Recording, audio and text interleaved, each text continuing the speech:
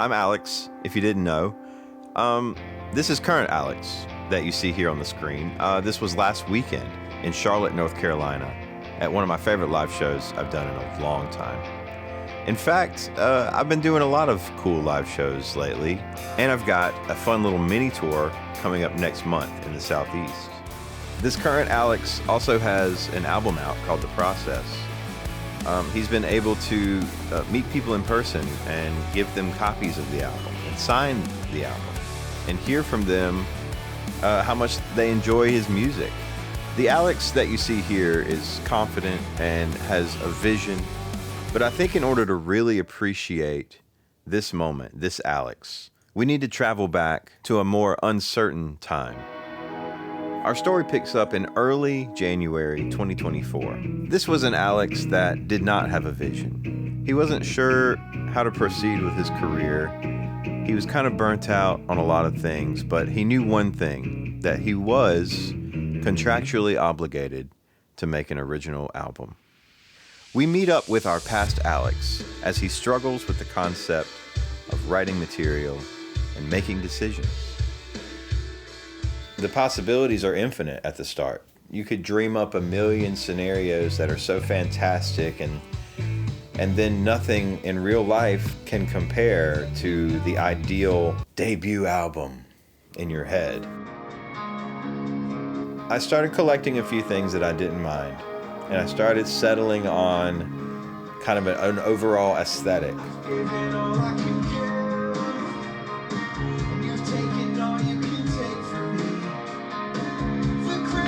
January 2nd, 2024. I've been freaking out about this record for months now. I've decided I'm gonna stop worrying about it and I'm just gonna write the record. So that's what I've been doing. I've started putting together the process of pre-production and writing. It's going better than I expected. And a big part of that was just what I'm gonna call pre-writing, which is just thinking a lot about what I want to say that is worth putting out into the world. And that's the goal. Today I'm declaring it. I just wanted to put it on tape and say the process starts now. All of a sudden it was time to schedule some stuff. So yesterday I locked in dates for recording my album. By summer I'll have an album, I think. So it's pretty exciting update. I can't believe it's in the books. It's gonna happen. And I knew I had this deadline. So I started really trying, putting stuff down, saying yes to everything. I had a lot of demos. Yeah, I just wrote a demo yesterday that I'm really liking. Let's see if I can find a little sample.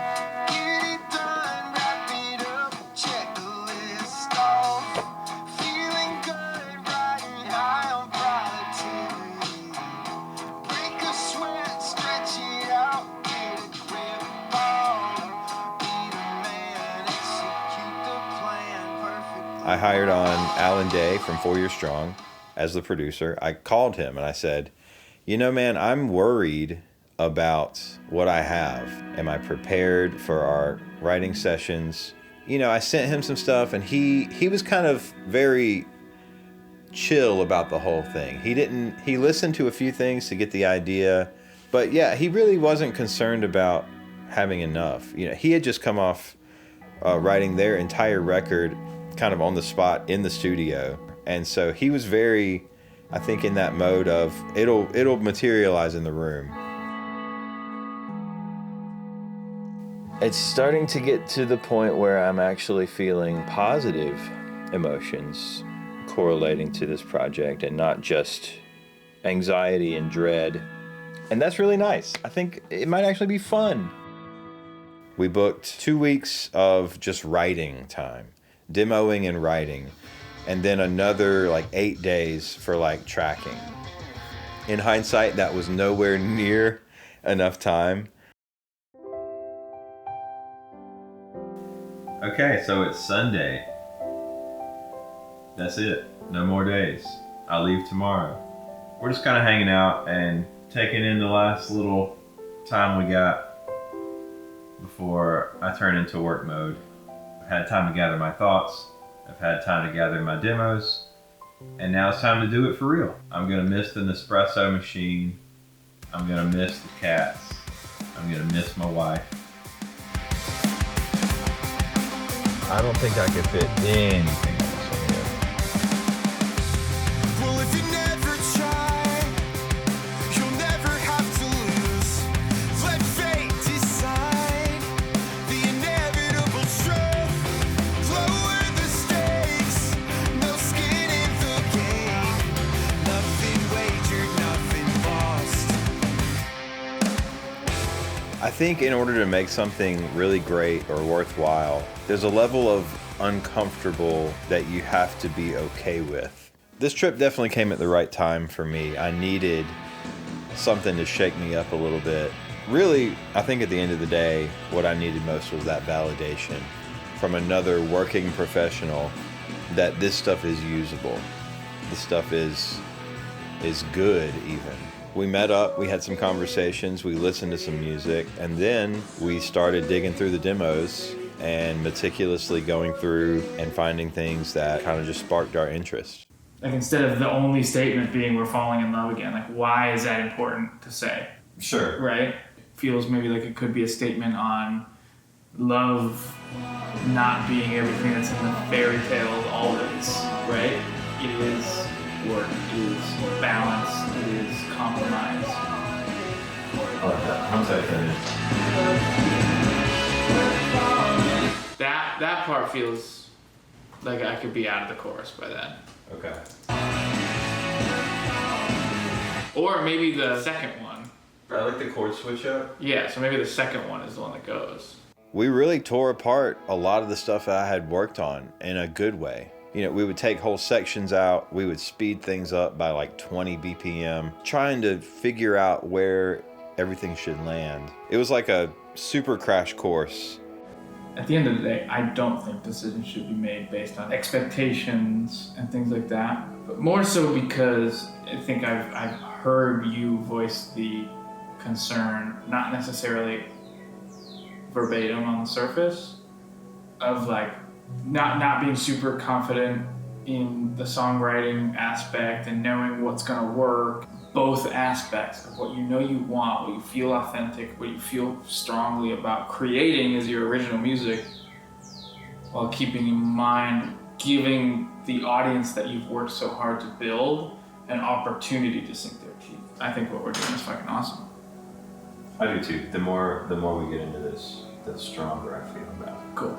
I definitely don't want to have a non-exciting sounding record. I want it to be fast, I want it to be loud, and I don't want to lose, I guess, the youthful spirit.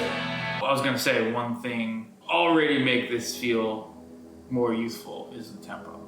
It was kind of my first big eye-opening moment. This is what it takes to make an album. I really understood and appreciated the role of a producer. Just make decisions. Whatever we decide, make the decision. Picture it staying big, like with this kind of like, not super distorted tone, but bigger guitar.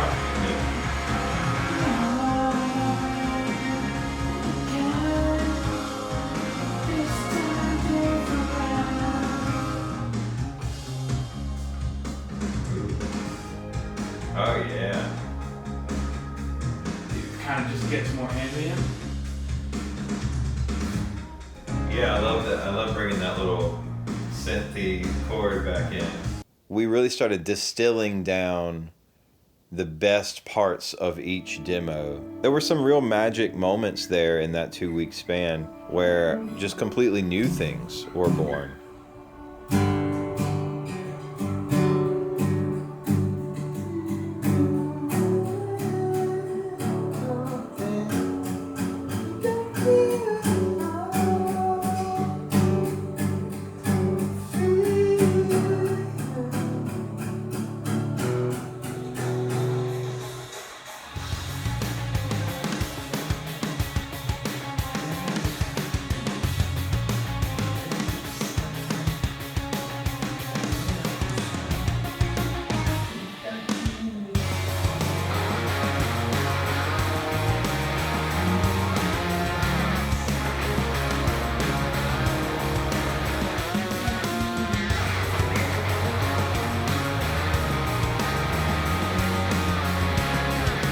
We really got through quite a lot in those 2 weeks, to the point where we decided maybe a week in, we were going to start tracking things. And we had enough gear there. There's the computer that we're going to record the record on. These are all the guitars. There's the Helix. There's the Apollo that everything's going to be tracked through. So we had our 10 songs and we started tracking.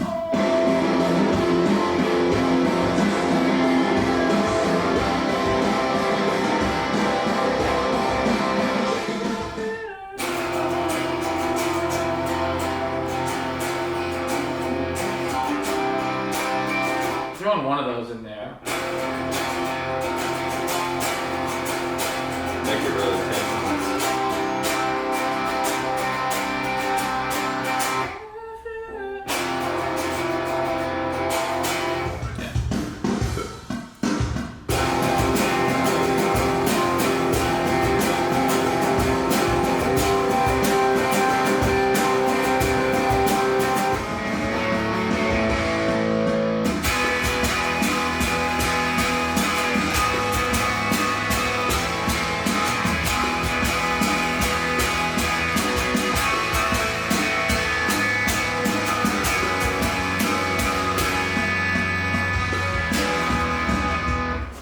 Do you want your little chick at the beginning? If it works. Yeah. Okay. We wouldn't really get started until noon. We would always go to the coffee shop down the street and get a breakfast burrito and a cold brew, come back and really just start digging in for the rest of the day. Ready?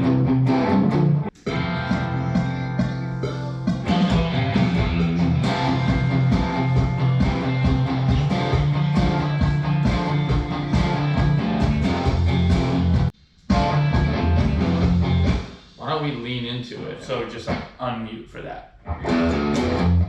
Just kind of like you're doing for the rest of the pack.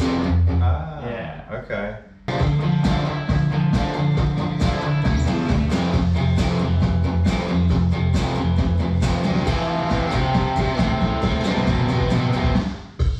What do you think? I think that's awesome. Cool. Come on. Found a lot of cool things along the way. Alan contributed quite a bit on guitar, atmosphere stuff, lead guitar parts. He is the one that did the solo in Moment. It is doing it. Okay.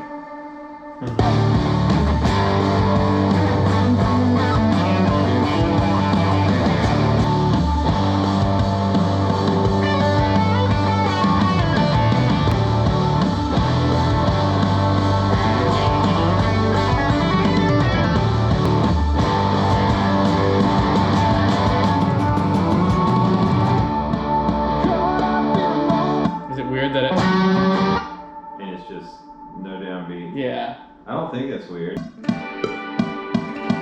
2, 3, 4.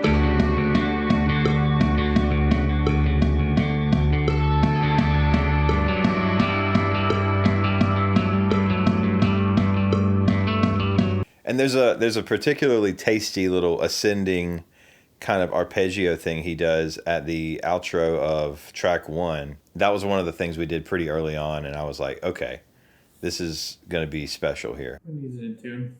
Ready? Oh, yeah. Supposed to sound good. There it is.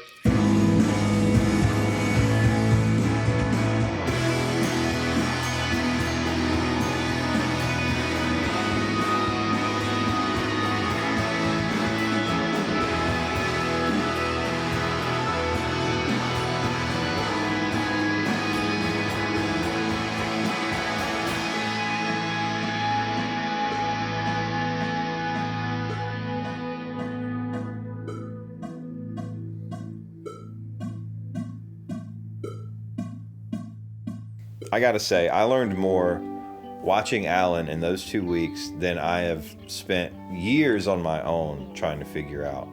It was an incredible leap forward for me in terms of production, in terms of clarity of sound.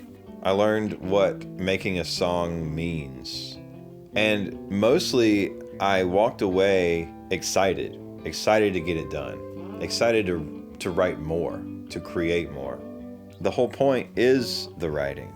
The whole point is the coming up with the ideas. Setting aside this time to specifically be special.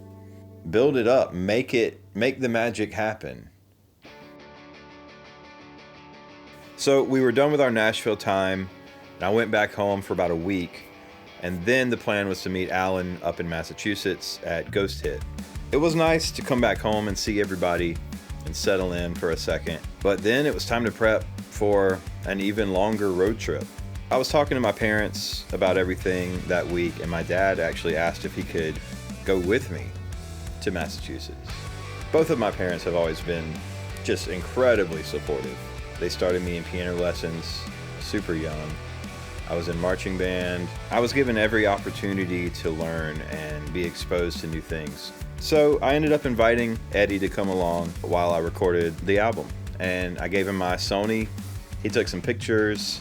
I'm sure it's an incredibly fulfilling moment for my dad to come along, after, investing in my journey as a musician for decades, to be able to witness firsthand this type of legitimacy. That was special for both of us.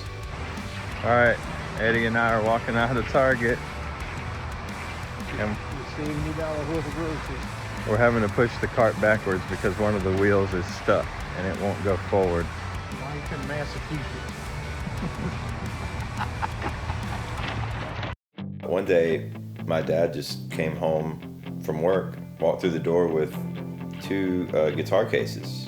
Apparently somebody was selling an electric guitar and acoustic guitar, $200 for the pair, and he bought them and brought them home to me and said, "These are yours." And this was the electric guitar. This guitar right here, still got it. I hadn't found my true love in the Telecaster quite yet, but I really I learned a lot on this guitar. I learned a lot of Blink-182 songs. I learned a lot of Reliant K songs, and I played a lot of Green Day songs. This was a very formative guitar, and maybe right out of college, I thought about selling it, and I listed it, and I didn't really get any big hits on it, so I just took it down and I decided that no, I think this needs to stay with me, even though I don't reach for it as often as I should, but it's a very special instrument, and I think it sounds good for how little I've maintained it.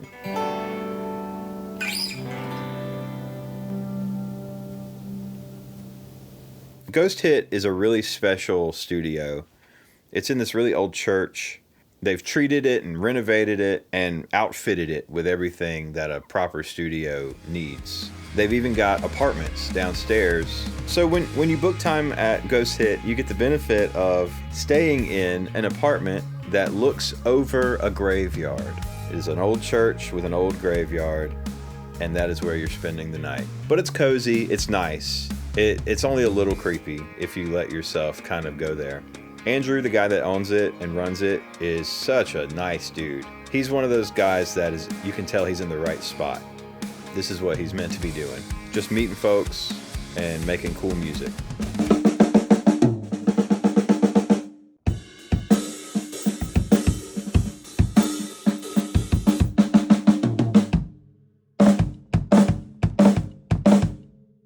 Feels good. Let's hear that without the snare weight, because it was feeling really tooth wacky. If we can get 3 done today, that would be nice. Yeah. Is it feeling like we should just start with all the drums? I mean, I'm totally down for that. Another one?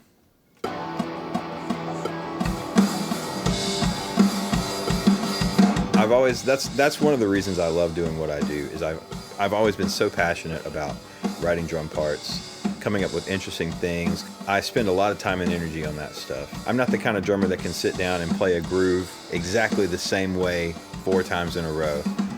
There's a little bit of, you're capturing it all, and then you can go back and figure out what works and what doesn't. All right, well, let's focus on that beginning. Let me listen to the chorus groove. All right. For a second. Make sure we get that in there.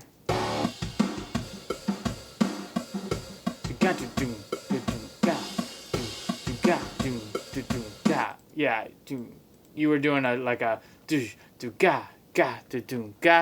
but I like ba. I could tell something felt wrong. I couldn't figure it out. Yeah, same. But now we know. Yeah. All right.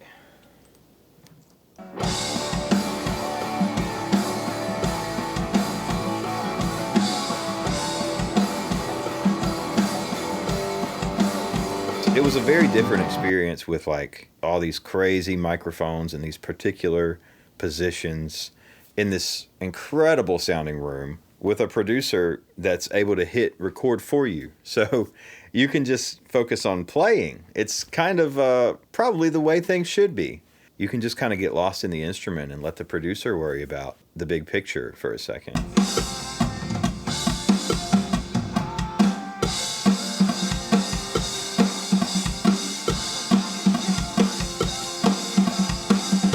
I think we probably have everything but like how the bridge shakes out at the end. Okay. So I want to just punch in before the bridge. Yeah. So here's a couple 8 bars before so you can play into it. Yeah. It's only dark when you're looking down, but I'm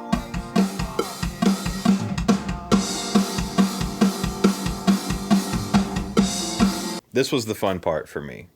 Sitting down and just ripping through tracks on the kit. That's what you make a record for. These are the moments that can justify all that hard work. Post chorus. Ready? Yeah. Out of my misery. I don't think I liked it. I don't know what to do though. I was literally just gonna suggest that. Literally the second you started playing it, I was gonna say, what if you went to the crash but did the upbeat on the hat? Let's see what it sounds like.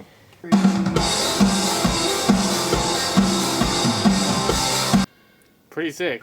Yeah. Let's get a couple of those. Okay. Out of my misery.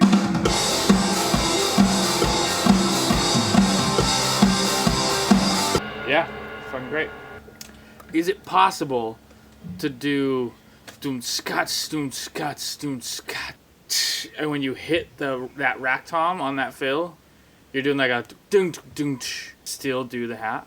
Basically, because the rack is in the space of your quarter note crashes, or is that eighth note? It doesn't matter. It doesn't fucking matter. Let me see if it's possible. I don't. Definitely possible. Yeah. Okay. Out of my misery.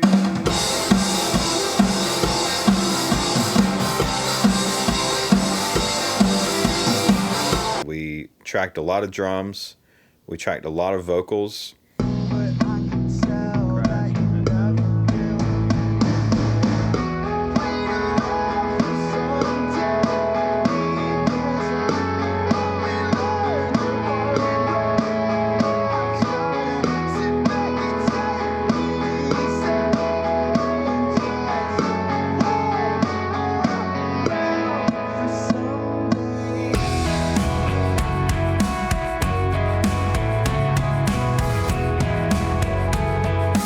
We had gotten through most of the drum tracks, and I still had so much to write for lyrics. Half the songs I hadn't even started yet. And here we are like laying down final printed instruments on some of it. I started to do the math and realized that we were not gonna make it. We were definitely gonna run out of time before we wrapped it up. So we started having conversations about what to prioritize, and I became very confident, like, oh yeah, I'll just go back home and I'll knock out this. I'll send it on to you. You can do it remote, add it in. Then we've got the record done. It was very easy to just expect that same level of productivity once I got back home. So we continued for as long as we could, and that was it. Time was up. Looking at the big picture of the record, we probably got like 65% of the way done. And there were 4 songs that were like very close to being done. I did manage to come back home, knocked out a couple harmonies here, a little lead guitar part here, sent those to Alan, and I had 4 songs with a mix and master ready to go. And I was really excited about those 4. Punchy, full, rich. We started releasing singles, and the other 6 songs were nowhere close to being done. If I could reach as far as how I feel tonight, I'd travel any distance for your hand in mine. It's all be the man, execute the plan perfectly.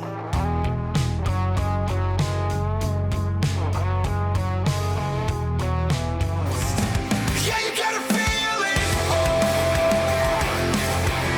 to feel something. Yeah, we don't have to learn the rules to break it. Might trip every now and then. It's like we're falling, we're falling, we're falling uphill again. We're falling. And slowly over the course of the year, I came up with like 1 or 2 more that I could bring to the finish line finally. So let's do it again, but this time different. Caught up in a moment, don't care where we're going. Missing turns on purpose, let's just go where the wind is blowing. Then everything just kind of died down. Momentum kind of went away. I was incredibly worried about coming back home and getting back on the YouTube video thing. I needed to pick back up, and I really struggled. If you go ahead and finish the record, then maybe your time will be free to do all the covers, but do you really have time to drop every cover in favor of finishing this record when you don't know how long it's going to take? And so everything just stopped. I think I made it, yeah, I'm free. Now somebody tell me where to be. Put me out of my misery. Those concrete flares and the good intentions anchored to the ground, spinning me out. But I always seem to come around.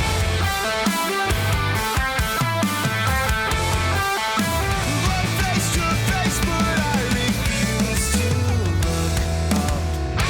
Turning nothing into something forever.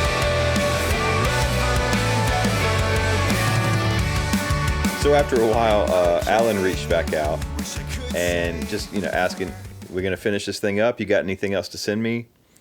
And I had to kind of be like, no, I don't have anything right now. In fact, I don't know if I want to make this record anymore.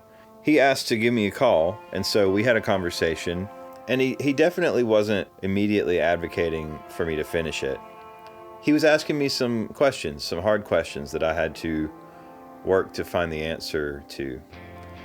I think what we decided on that phone call was, yes, I do care about this music, and I am passionate, and I do want to finish it. And honestly, this was well past any previous time commitment he had given to the project. It was bleeding into his schedule. He had tours, he had other artists he was producing. He was incredibly patient and supportive, and he just let me know he was behind me. If I wanted to finish it, we could make it happen. It's only dark when you're looking down, and I'm way too bought in to quit now.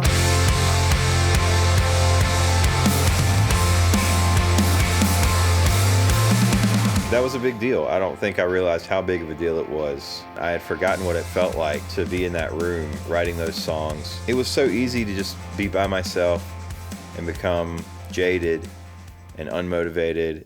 So I really sat down and I started looking at these last couple songs and doing what we did in Nashville.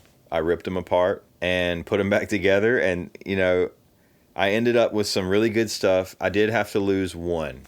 There was one track that we recorded those fancy drums for that just didn't make the cut. I tried really hard. Here's my attempt at the song that was gonna be the 10th song. Call me a cynic, but if I don't see it, don't believe it till I'm caught up in it. Too late to call, wait and say, we'll take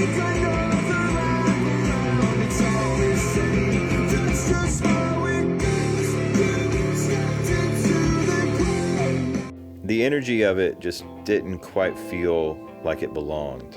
And that's really hard to quantify, right? Like, how do you tell that a song doesn't belong on an album when, you know, I played it for all of you just now, and you probably enjoyed it to a degree, and you could see it fitting. But hey, I guess that's what being an artist is sometimes you have this intuition that you really can't justify or explain, and then how that works for you or against you.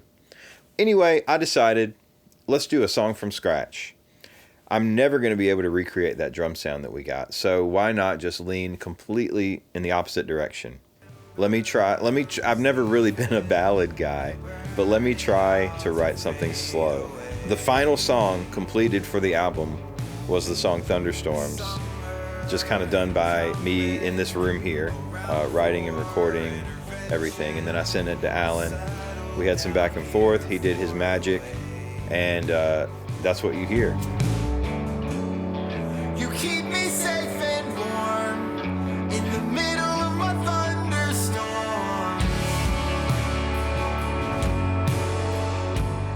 Funny enough, a lot of the roots of that song were created years and years ago. It just sat on a hard drive for a couple years, and I always liked it. You keep me safe and warm in the middle of my thunderstorm. And once I had that song, it really felt like a collection of music that I could identify and see the theme connecting everything together. And that was very special. I didn't anticipate feeling like that, especially after all the stuff I had gone through. But it finally felt like I did it. I actually made a cohesive piece of work. And man, the weight that was lifted off of my shoulders when I finished that song. I got that mix back, and I realized these are the songs, and now we can actually finally move forward.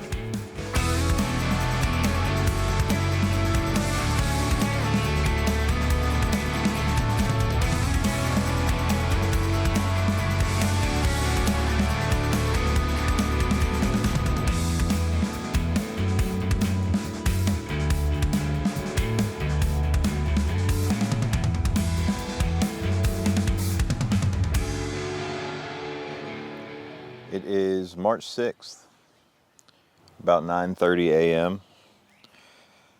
I've been up for a while. The whole thing dropped at midnight, and the music video just went live this morning at 8 a.m.